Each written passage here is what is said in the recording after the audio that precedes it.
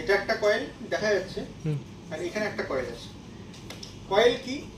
Coil মানে হচ্ছে একটা তারের কুণ্ডলী, একটা বড় তার, এটা তামার তার, বড় তামার তার, জাস্ট পাকিয়ে পাকিয়ে জড়িয়েছি এখানে, আর কিচ্ছু নেই, জড়িয়েছি।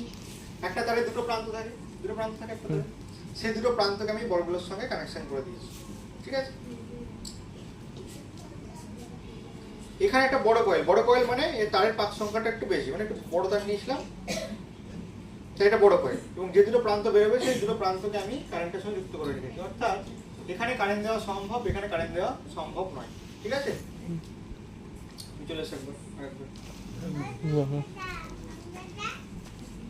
এবার ধরুন যদি আমি এখানে সুইচ দিতে হয় কি হবে? কারেন্ট চলে যাবে, যাবে তো? তাহলে এখানে শর্ট মারবে হাত দিলে? কি মনে হচ্ছে? দেখো হাতে শর্ট মারছে কিনা বলতো, মারছে? উপরে হাত দিয়ে দেখো, মারছে না?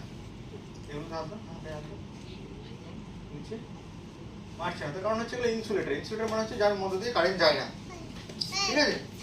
এবার যদি আমি এটাকে নিয়ে যাই এর মধ্যে, তাহলে কি হবে? এটা এখানে নিয়ে দেখো দু হাতে করে এর মধ্যে ঢোকাও,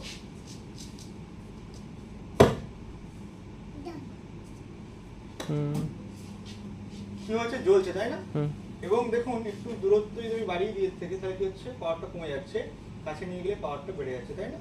কাছে নিয়ে গেলে পাওয়ারটা বেড়ে যাচ্ছে। ব্যাপারটা হচ্ছে কিভাবে এটা জ্বলছে? Electromagnetic induction. হ্যাঁ, ইলেকট্রোম্যাগনেটিক ইন্ডাকশন। এটা কিভাবে জ্বলছে?